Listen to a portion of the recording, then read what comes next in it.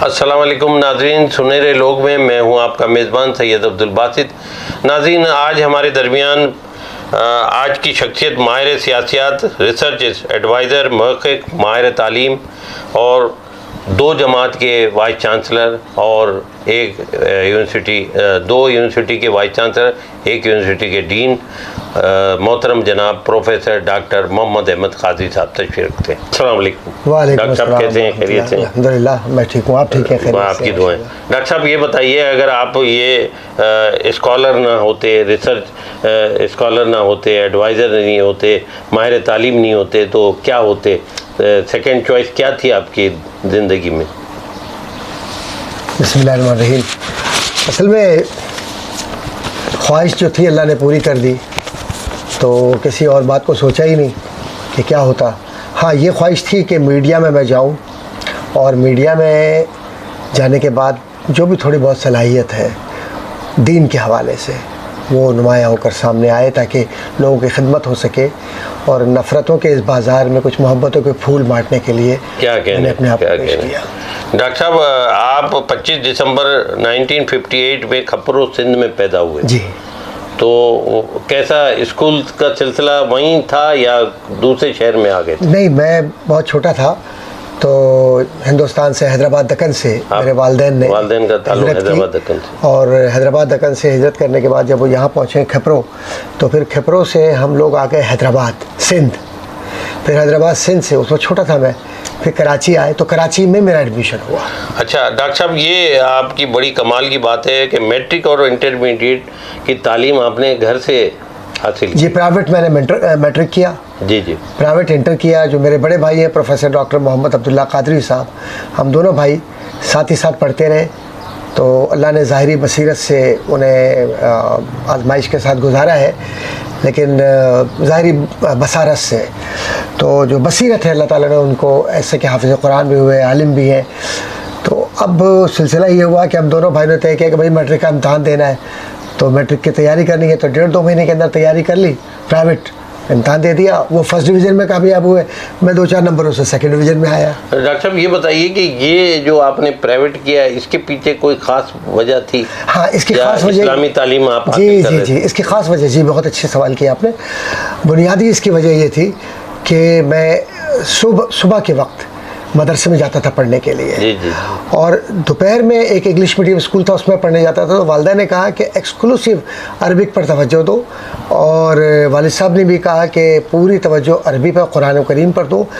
तो हमने पूरी तवज्जो अरबी पे दी, कुरान करीम पर, तफसीर पर, हदीस, फ़िक़्ह, मंतिक़, इल्म कलाम, और अल्लाह ने करम किया। आपने दर्स निज़ामी या मशक़ी उलूम भी हासिल की और जदीद तालीम की। जी। इस बारे में कुछ हमारे नाज़रीन को बताएं। अल्लाह ताला का ये मुझ पर फजल रहा है कि मेरे असातिज़ा में मौलाना अब्दुल हामिद बदायूनी साहब रहमतुल्लाह ताला अलैह, और मौलाना अब्दुल मुस्तफ़ा अज़हरी साहब रहमतुल्लाह ताला अलैह, मौलाना हसन अक़ानी साहब रहमतुल्लाह ताला अलैह, और जामे अज़हर के असातिज़ा जिनमें शेख इब्राहिम गुनैम, शेख अब्दुर्रहमान अल-मिस्री, शेख अबुल फतूह सैयद, शेख अब्दुल अज़ीज़ इज़्ज़त, ये मेरे असातिज़ा रहे। तो इस तरह से, और दुनियावी उलूम के अंदर मैं बहुत खुशनसीब हूँ कि मेरे उस्तादों में जिन्होंने मेरी सरपरस्ती फरमाई और मेरे माँ बाप की तरह से मेरे ख्याल किया, प्रोफेसर डॉक्टर मंजूरुद्दीन अहमद साहब, जो जामिया कराची के वाइस चांसलर भी बने, डीन भी थे, फैकल्टी के चेयरमैन भी थे, और दरवेश मनीष आदमी। क्या कहने। तो मैंने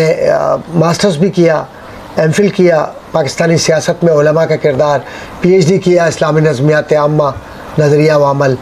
तो इस तरह से ज़िंदगी चलती रही। डॉक्टर साहब, आपने जामा कराची से BA ऑनर किया, फिर MA किया, जी, फिर MA सियासत, फिर MPhil किया, फिर सियासत में PhD की। जी। तो ये मरहला कैसा रहा आपका? बहुत दिलचस्प, बहुत आसान रहा होगा। उसकी बुनियादी वजह है। जी जी। अब्दुल बासित भाई, मैं एक बात अर्ज़ करूँ कि जब अरबी उलूम आप पढ़ लेते हैं ना, और उसमें उन उलूम में जो किताबें आप पढ़ते हैं, छोटी उम्र में शरह जामी पढ़ रहे हैं, वक़ाया पढ़ रहे हैं, हदाया पढ़ रहे हैं, वो इतनी मोटी मोटी किताबें, 1000 1200 वॉल्यूम, 1200 सफ़ात की एक किताब है वो। क्या कहने। 3 हज़ार सफ़ात की किताबों के वॉल्यूम्स हैं उसके। वाह वाह वाह। जब आप वो पढ़ लेते हैं ना, तो आपको जामिया कराची या पाकिस्तान की जामियाती किताबें बहुत छोटी छोटी से नज़र आती हैं। बहुत उम्दा। तो आप में एक हौसला हो जाता है कि जब आपने वो पढ़ लिया और दूसरी ज़बान में पढ़ा, तो ये तो आपकी अपनी ज़बान के अंदर है, तो कुछ भी नहीं पता चलता। क्या कहने। आप कराची यूनिवर्सिटी में dean faculty of arts and social sciences and dean of Islamic studies के बतौर खिदमत अंजाम दी। तो अब आप बताइए कि उस ज़माने में बहुत प्रॉब्लम भी मसाइल भी बहुत थे, तो किस तरह हमारे नाज़रीन को बताएं कैसा रहा वो तजुर्बा। जामिया कराची का मैं बहुत शुक्रगुजार हूँ कि मेरे इदारे ने मुझे बहुत मोहब्बत दी, बहुत ख्याल किया, और तकरीबन जितनी बड़ी बड़ी पोजीशंस है वो मैंने एंजॉय की यहाँ पर। मैं जामिया कराची में पॉलिटिकल साइंस का चेयरमैन भी रहा। जी। कराची यूनिवर्सिटी में जो सिंडिकेट सबसे बड़ा इदारा है, जी। जो पूरी यूनिवर्सिटी को मैनेज करता है, उसका मैं इलेक्टेड मेंबर भी रहा। कराची यूनिवर्सिटी टीचर सोसाइटी का हाईएस्ट वोट लेकर हमेशा यहाँ मुंतखब हुआ। और फिर उसके बाद वार्डन भी रहा। जब लड़के उस असाज़ा को अपने हॉस्टल में घुसने नहीं देते थे, मेरे लिए दरवाजे खोल कर कहते थे आप खाना खाने आ जाइए, क्योंकि मैं ना अक़ीदे की कभी तंग नज़री की उनके साथ, ना मैंने ज़बान की तंग नज़री की। मैंने अपने तालिब इल्मों को अपना सरमाया समझा, और आज भी मेरे स्टूडेंट्स दुनिया के हर हिस्से में हैं अल्हम्दुलिल्लाह, और बहुत मोहब्बत करते हैं मुझसे। आप रिसर्च एडवाइज़र के तौर पर कराची यूनिवर्सिटी में 20 साल से ज़ायद खिदमत अंजाम दी। जी। तो ये बताइए कि रिसर्च एडवाइज़र के हवाले से कुछ हमें बताएं हमारे नाज़रीन को, ताकि उनके मालूमात। मैं रिसर्च एडवाइज़र के हैसियत से मैंने एमफिल और PhD के जो तलबा और तालिबात हैं उनकी निगरानी की या सुपरवाइज़र हुआ, और मैंने ये कोशिश की कि तालिब इल्मों को परेशान ना किया जाए। हमारे यहाँ की मिजाज बन गया है कि आप अपनी इल्मियत ज़्यादा झाड़ते हैं, तालिब इल्म को चक्कर ज़्यादा लगवाते हैं। मैं सारे असातिज़ा की बात नहीं करता, लेकिन अक्सरियत हमारे यहाँ ऐसी हो गई है बदनसीबी से। तो मैंने ये बात की है कि मुझे आपसे कोई लालच नहीं है, मुझे सिर्फ एक लालच है कि मेरे वतन के बेहतरीन मुहक्किक बन के पाकिस्तान की खिदमत कीजिए और इस्लामी दुनिया में पाकिस्तान का नाम रोशन कीजिए। तो अल्हम्दुलिल्लाह मेरे 12 से ज़्यादा PhD मैंने प्रोड्यूस की है, जिसमें पाकिस्तान के नुमाया लोग हैं अल्हम्दुलिल्लाह, और एमफिल इस तरह से काम चलता रहा।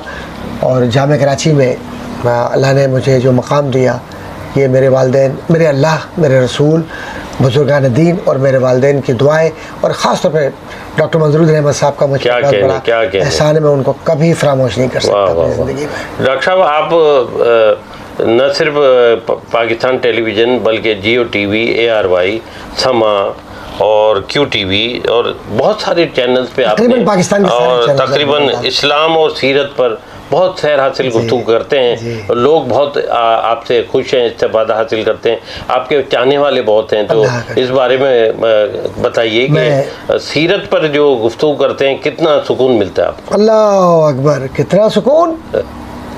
सुकून ही सीरत में हुजूर की, क्या कहने, जिक्र मुस्तफ़ा में है, क्या कहने। और हुजूर का जब जिक्र करो तो हर गम भूल जाते हैं आप, सुभान अल्लाह, हर तकलीफ भूल जाते हैं, सुभान अल्लाह। और ये जो मैं तो पॉलिटिकल साइंस का प्रोफेसर हूँ, और मैं हमेशा टेलीविज़न चैनल वालों से कहता हूँ कि देखो दोस्तों, मैं सियासत में अगर आता तो मैं शायद वज़ीर होता पाकिस्तान में, अगर वो रास्ता इख्तियार करता। अल्लाह तेरा शुक्र है मैंने नहीं किया।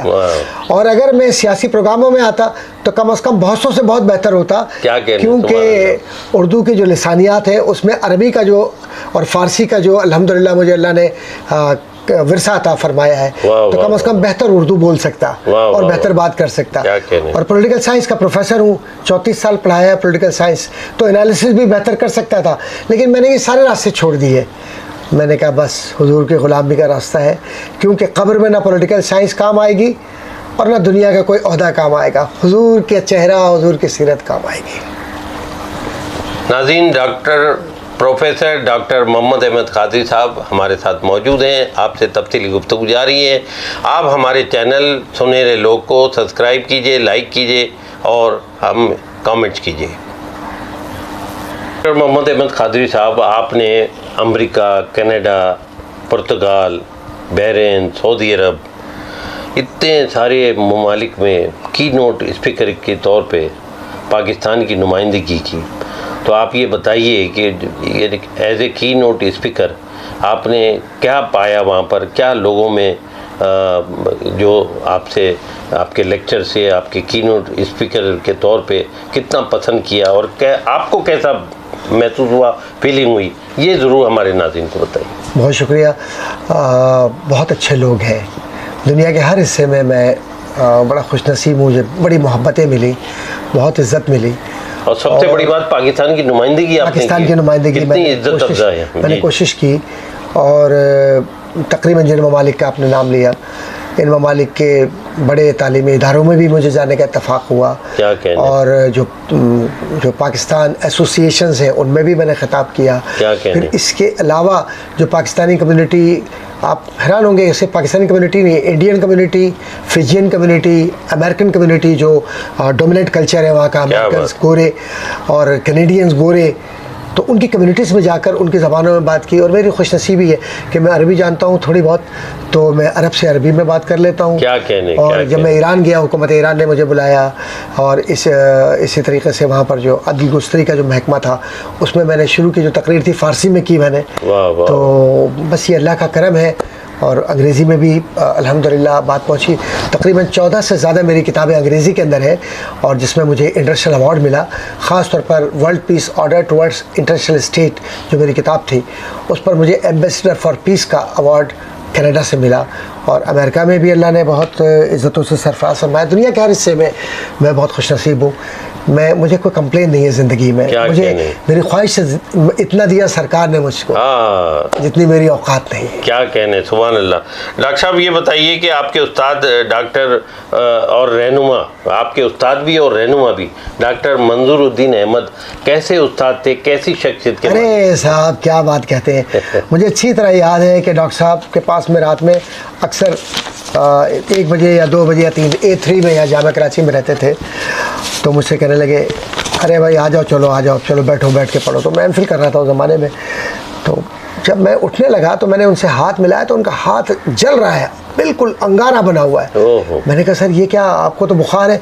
कह लेंगे हाँ मैंने तुमको इसलिए मना नहीं किया कि तुम इतना दूर से आए थे, मेरा बुखार तो संभल जाएगा, लेकिन अगर तुम मायूस चले जाते तो मुझे दुख होता। क्या क्या ये बड़े लोग, क्या ग्रेटनेस है, जो आपने कहा ना सुनहरे लोग, क्या ये है सुनहरे लोग। वाह वाह वाह। ये वो लोग नहीं है कि जिन्होंने कहते हैं कि बीमार हैं, मैं नहीं मिल सकता, मैं नहीं मिल सकता। यहाँ तो ठीक होते हैं तब क्लासरूम में नहीं जाते, पढ़ाते नहीं है। क्या और मंजूरुद्दीन अहमद साहब जब वाइस चांसलर थे, मैं चश्मदीद गवाह हूँ कि ज़मीन पर सोते थे, तहज्जुद गुजार थे, नेक इंसान थे, सादा मिजाज थे, ऐसे ही उनकी बेगम। और मुझे तो मेरे माँ बाप की तरह इन्होंने प्यार दिया। क्या कहने सर, जाहिर है जब ऐसे उस्ताद मिलेंगे तो शागिर्द भी फिर वही जज्बे से, वही इज्जत से पढ़ेगा और वो उसको आगे बढ़ने मैं अपने तालिब इल्मों से जो मेरे साथ एमफिल PhD करते थे, देखो भाई मैं तुम्हें पकड़ में नहीं आऊँगा, तुम मेरे साथ गाड़ी में बैठ जाओ और टेप रिकॉर्डर ऑन कर दो और टॉपिक में बात करो, मैं जो कुछ कह रहा हूँ रिकॉर्ड कर लो और टाइप करते जाओ, रेफरेंसेस डालते जाओ और तुम उसके अंदर फर्दर रिसर्च करो और अपना चैप्टर बना लो।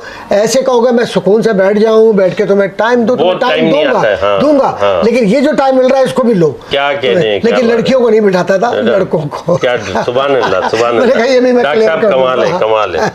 डॉक्टर साहब पाकिस्तानियात और सियासियात के मौजू पर आपने कई कुतुब लिखी, तो उसमें ये बताइए कि कितनी कुतुब हैं और कितनी पजीराई मिली आपको? अल्हम्दुलिल्लाह मेरी 80% किताबें, बल्कि 90% किताबें अमेरिका से छपी हैं। और जो पहली किताब थी मेरी वो लर्न पॉलिटिकल साइंस, पाकिस्तान से छपी थी। और यहाँ एक इदारा था Pakistan youth political scientist association, उसने शाये किया था और इत्तेफाक के बाद में उसका प्रेसिडेंट भी बन गया था।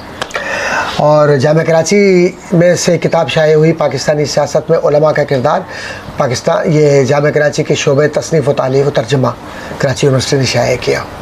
फिर इसके अलावा मेरी किताबें अमेज़ॉन पर भी हैं और eBay पर भी गई है और अमेरिका के मुख्तलिफ़ शहरों में मुख्तलिफ़ यूनिवर्सिटीज़ के अंदर भी पहुँची हैं, लाइब्रेरीज़ में पहुँची हैं।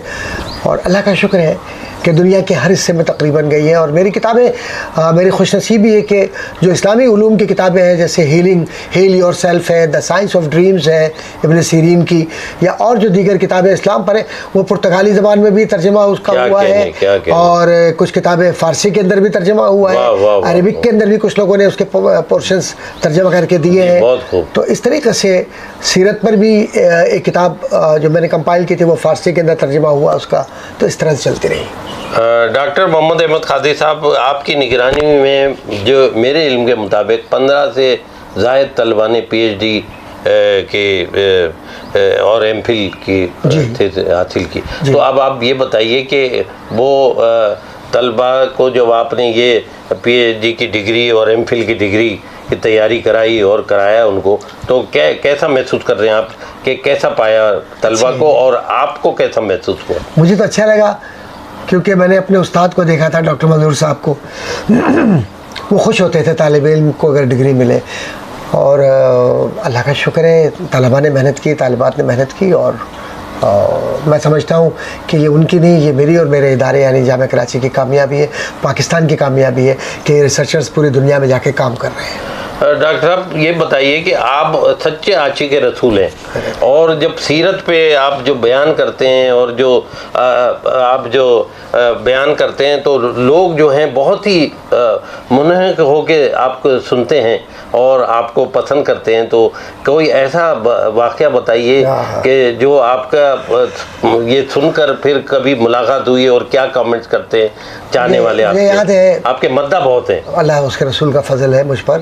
भाई अब्दुल बासित साहब, पता नहीं आप उस महफिल में थे या नहीं थे, बहादुर यार जंग एकेडमी में एक प्रोग्राम हुआ था तकरीबन आज से कोई 14 साल पहले, 13 साल पहले, और उसमें प्रोफेसर डॉक्टर वसीमुद्दीन जो मेरे पहले पीएचडी हैं, जिनको मैंने पीएचडी कराया था अपनी निगरानी में, वो भी वहाँ मौजूद थे। भाई प्रोफेसर डॉक्टर ख्वाजा कुतुब साहब थे जी। और एक बहुत बड़ा, मैं भी होऊंगा क्योंकि मैं भी 25 साल से वापस हमेशा से वहाँ, मैंने आपको देखा वहाँ मौजूद थे आप। तो उसमें जब गुफ्तगू हो रही थी तो मुझे गुफ्तगू तो करनी थी बहादुर यार जंग की शख्सियत पर, लेकिन मैंने बहादुर यार जंग के इश्क पर गुफ्तगू की। क्या कहने कि शख्सियत में इश्क, तो उसमें जो शेर उनका एक है तेरे वजूद से, एक है तेरे वजूद पे खालिक दो जहां को नाज, इसमें जब गुफ्तगू करते हुए एक मरहला माफ़ कीजिएगा फना बका का पहुँचा, तो उसमें मुझे तवासीन भी याद आ गई और मुख्तलिफ हवाले भी याद आ गए। तो मैं गुफ्तगू करते हुए बहुत ऊपर की तरफ चला गया। तो मुझे आज तक याद है, एक बुज़ुर्ग थे जो बिल्कुल सामने बैठे हुए थे, बिला मुबालगा उनकी उम्र 80 साल से कम नहीं थी, ज़्यादा ही होगी।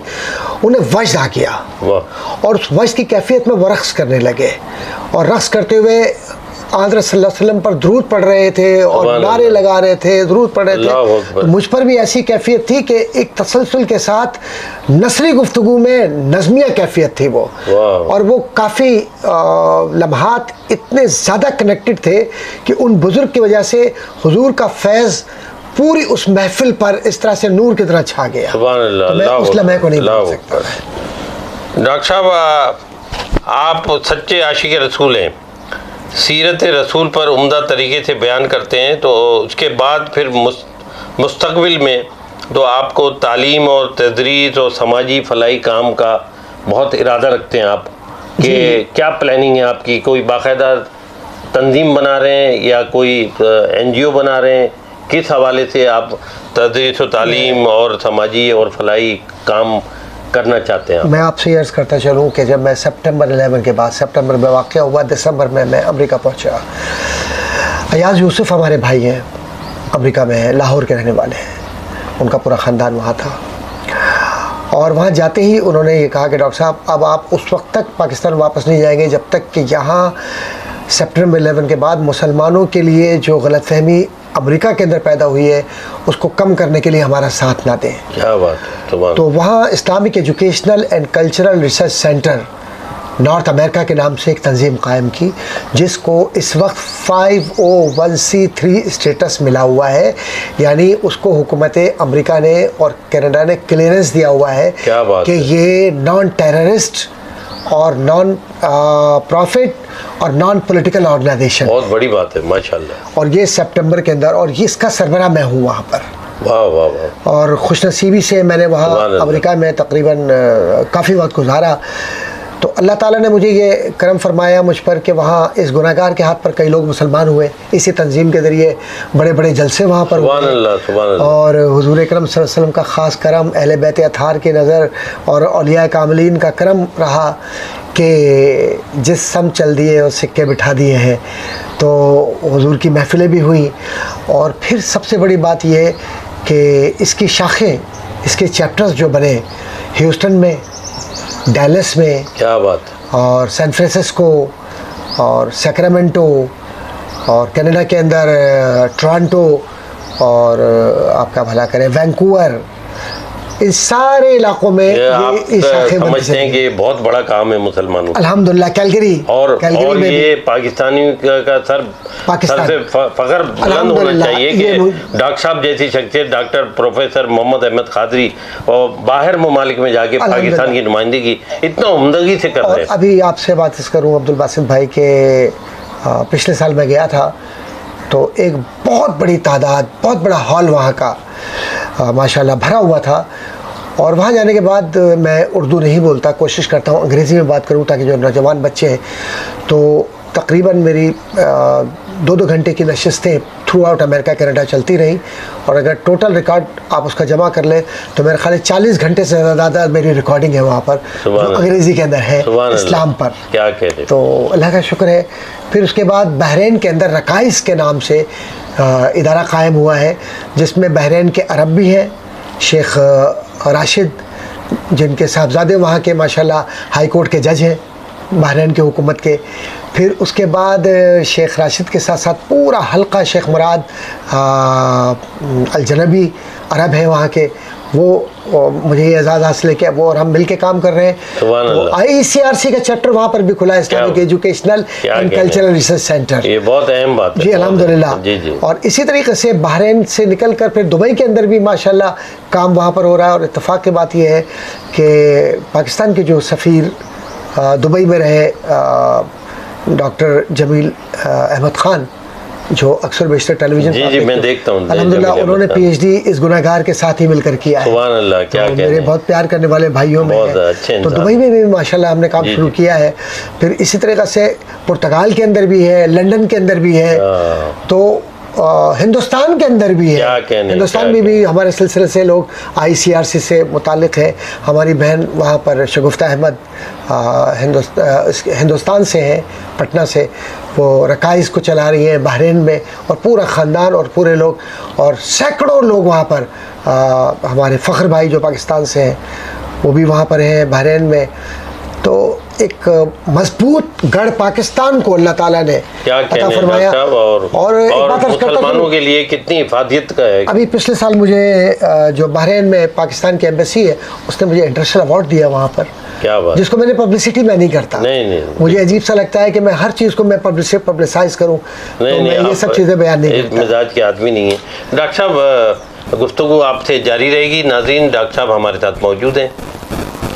मोहम्मद अहमद खादरी साहब, आप जो है पाकिस्तान में ICRC जो काम कर रहा है उसमें पाकिस्तान में भी काम हो रहा है, तो इस हवाले से हमारे नाज़रीन को बताइए कि किस हद तक काम हो रहा है और आप कैसे देख रहे हैं इसको। आप के इल्म में है ये बात जी कि दुनिया के मुख्तलिफ हिस्सों में Islamic educational and cultural research centre Pakistan ज़ाहिर के उससे जुड़ा हुआ है। वाह वाह। और मेरी ख्वाहिश थी हमेशा से कि हुज़ूर अकरम सल्लल्लाहु अलैहि वसल्लम की हदीस है ना कि जो यतीम के सर पर हाथ रखेगा क़यामत के दिन कल वो मेरे साथ इस तरह होगा जैसे ये 2 उंगलियाँ। क्या कहने, तो मैं चाहता हूँ हुज़ूर के कदमों में मेरा सर रहे। सुभान अल्लाह, सुभान अल्लाह। और कोई ख्वाहिश नहीं।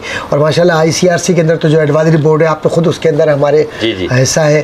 तो हमने यहाँ कराची यूनिवर्सिटी के सामने ब्लॉक 1 में एक ज़मीन 700 गज़ के लिए है, उसका नक्शा भी पास हो गया है और Islamic educational culture research centre Pakistan registered भी है यहाँ पर। तो हम कोशिश कर रहे हैं कि रमज़ान मुबारक के बाद इंशाल्लाह ताला एक लॉन्चिंग सेरेमनी हो उसकी, और फिर ये यतीम बच्चों का इदारा बने। इसमें बच्चे हिफ्ज़ कुरान भी करें, नादरा भी पढ़ें, तफसीर भी पढ़ें, हदीस भी, और दीनी उलूम के साथ साथ A लेवल और O लेवल की तालीम भी उन बच्चों को फ्री दी जाए, ताकि वो बच्चे माशरे में निकल कर किसी के सामने हाथ ना फैलाएं और कोई ये ना कैसे ये यतीम बच्चा है, बल्कि ये कहे कि ये वो बच्चे हैं कि जिन्होंने तालीम हासिल करके अपने कदमों पर अपने आप खड़े होकर माशरे की मदद की है, दूसरों से मदद के बजाय दूसरों के मददगार बने। वाह वाह वाह वाह, तो बहुत बड़ी कोशिश है ये, कोशिश है। अल्लाह पाक इसको कामयाब करे, दुआ फरमाए। बहुत बड़ा मंसूबा है। और इसके बाद इरादा है कि लाहौर में और पेशावर में, इंशाल्लाह मुल्तान में, दीगर शहरों में भी, सक्खर में, इन मुख्तलिफ हिस्सों में, दीगर शहरों में कायम करेंगे। जी हाँ इंशाल्लाह, आप सबके ताबुत से। डॉक्टर साहब, जैसे कि आप जानते हैं कि हम रमज़ान का महीने से गुजर रहे हैं और आज माशाल्लाह 21वां गालिबन रोज़ा हो गया है जी। और रमज़ान के हवाले से हमारे नाज़रीन को रमज़ान की अहमियत के बारे में हम कुछ हमारे नाज़रीन को बताइए। रमज़ान असल में तरबियत का महीना है, किरदार साजी का महीना है, और कुरान करीम का महीना है, सुभान तो अल्लाह। इसमें कुरान करीम ज़्यादा पढ़ना चाहिए और कुरान करीम को सही तलफ़ुज़ और सही तर्जमा और सही उसकी तफसीर के साथ समझना चाहिए, सुभान अल्लाह, सुभान। ताकि ये मालूम हो कि अल्लाह हमसे क्या कह रहा है, क्योंकि अल्लाह का पैगाम है रमज़ान। जी जी बिल्कुल। तो एक तो बात ही हो गई। दूसरा ये कि जो नेकियां हम कर सकते हैं, सबसे पहले नेकी कि जो हमारे गरीब रिश्तेदार हों, पड़ोसी हमारे ज़रूरतमंद हों, सफ़ेद पोश लोग तो हों, उनकी मदद करना चाहिए। कोविड ने बहुत बर्बाद किया है, जी जी, बहुत से लोग बेचारे, वो लोग जो देते थे अब वो लेने वाले बन बहुत गए, डिस्टर्ब हो गए तो लोग। उनको रमज़ान मुबारक में फरामोश नहीं करना चाहिए। ख़ासतौर पे ईद की खुशियों में भले ही अपना बजट आधा कर लें, हाँ, ज़रूरी नहीं कि हम जो ब्रांडेड कपड़े हैं वो पहनकर ही ईद मनाएं, हम ब्रांडेड ना पहने, लेकिन उस पैसे को बचाकर हम अपने उन गरीब बहन भाइयों की मदद करें जो ज़रूरत के तहत इंतज़ार करें। बहुत अच्छी बात। डॉक्टर साहब, रमज़ान के महीने में आप देखें जो मुसलमान हैं और हम लोग ख़ास तौर पे जो बड़ी रातें हैं, ताख़ रातें हैं, 21वीं शब है, 23वीं शब है, 25वीं शब है, 27वीं है, 29वीं है, ये ताख़ रातों के बारे में हमारे नाज़रीन को बताइए, इसकी क्या अहमियत है इस्लाम में? कुरान करीम ने फरमाया इन्ना अंज़लनाहु फ़ी लैलतुल क़द्र वमा अदराका मा लैलतुल क़द्र लैलतुल क़द्र खैरुम मिन अल्फ़ शहर, आगे तक तनज़्ज़ुलुल मलाइका तक इला आखिरी। महबूब सल्लल्लाहु अलैहि वसल्लम, आओ तुम्हें हम बताएं कि ये जो पाकीज़ा रात है ये क्या है, ये बरकतों वाली रात है, ये रहमतों वाली रात सुभान है, अल्लाह। ये रब से मांगने की रात है, इल्तिजा की रात है, दुआओं के साथ तौबत नसूह की रात है कि रब मुझसे जो गुनाह हो गए, आइंदा मैं गुनाह की तरफ रुख नहीं करूँगा, तेरी इनायत तेरे करम से मुझे बख्श दे ताकि मैं उन लोगों में शुमार हो जाऊँ तेरे महबूबीन में। क्या कहने, क़ज़ाए उम्री पढ़िए, जो आपकी नमाज़ें निकल गई हैं, एक एस्टिमेट कर लीजिए कि भाई मैंने 12 साल की उम्र से 12 साल की उम्र तक नमाज़ नहीं पढ़ी, 25 साल तक नहीं पढ़ी। ये मत सोचिए कि मैंने 40 साल तक 50 साल तक उम्र तक नमाज़ नहीं पढ़ी तो अब मैं क्या पढ़ूंगा। नहीं, ये शैतान का वसवसा है, जहाँ से याद आ जाए शुरू कर दीजिए। सुभान अल्लाह, सुभान अल्लाह। इसलिए कि रब की रहमत तो पुकार के कह रही है। आप तो एक बार नमाज पढ़ेंगे वो 70 बार आपको अता फरमाएगा, 70 माओ से ज्यादा प्यार करता है। क्या पता रब कब माफ कर दे आपको। तो मिलता है क्या नमाज में, सजदे में जाके देख। सुभान अल्लाह, सुभान अल्लाह। तो ये रात बड़ी रात है, बहुत। इसमें कुरान करीम से मोहब्बत कीजिए, कुरान करीम पढ़िए और याद रखिए कि इस रात में एक अहद कर लीजिए कि मैंने जिसका दिल दुखाया है मैं उससे माफ़ी मांगूंगा, जिस रिश्तेदार को छोड़ दिया है मैं उसके घर पर खुद जाऊंगा, वो कुछ भी कहे वो उसका अमल है। वाह वाह वाह। बस मैं तो जाकर ही कहूंगा कि तू मेरा है, मेरे नबी का उम्मती है, मेरे गले लग जा। सुभान अल्लाह, क्या कहने। इसलिए जो आज गले लगाएगा ना, कल क़यामत के दिन नबी उसको गले लगाएगा। अल्लाह अकबर, अल्लाह अकबर। क्या बात है, क्या बात है। बहुत अच्छी बात की आपने डॉक्टर साहब। और मुसलमानों के लिए अब मैं चाहूँगा कि जो तालिब इल्म इस आजकल के दौर में कराची यूनिवर्सिटी से मुंसलिक हैं, NED यूनिवर्सिटी से मुंसलिक हैं, दीगर, उनके लिए क्या पैगाम देना चाहेंगे कि सही सिमत में हमारे तलबा व तलबात सही सिमत में जाएं और ऐसी तालीम हासिल करें, अपना भी मुस्तकबिल रोशन करें और पाकिस्तान का भी नाम करें। इस हवाले से कोई पैगाम मेरे वतन के नौजवान मेरी और मेरे वतन की ताकत है, उम्मत मुस्लिमा की ताकत है, मैं इनसे मायूस नहीं हूँ। सुभान अल्लाह। बहुत अच्छे हैं ये मेरे बच्चे, क्या कहने, नौजवान खुशबू है वतन की। क्या कहने। हमें चाहिए कि हम इनकी इज्जत करें, इनसे प्यार करें। जब ये आए ना नौजवान, तो मैं तो बुज़ुर्गों से कहूँगा खड़े होकर गले लगाओ, ताकि आप इनको अदब सिखाएंगे तो सीखेंगे, आप इनसे अच्छी तरह बात करेंगे। क्लासरूम में असातिज़ा है तो इनको अपना सरमाया समझें। क्या कहने। और वालिदैन इनको झिड़के नहीं, इनकी बात को सुने।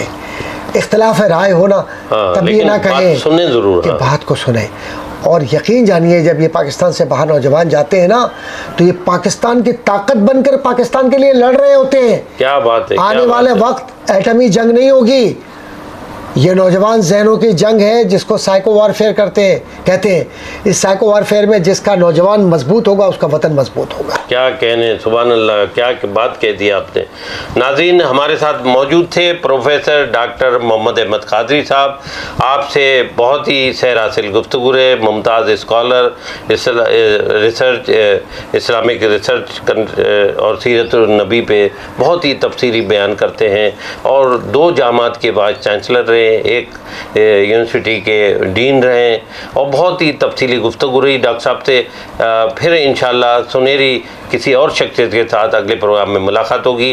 मुझे इजाज़त दीजिए। अल्लाह हाफ़िज़। आपका बहुत शुक्रिया, बहुत शुक्रिया।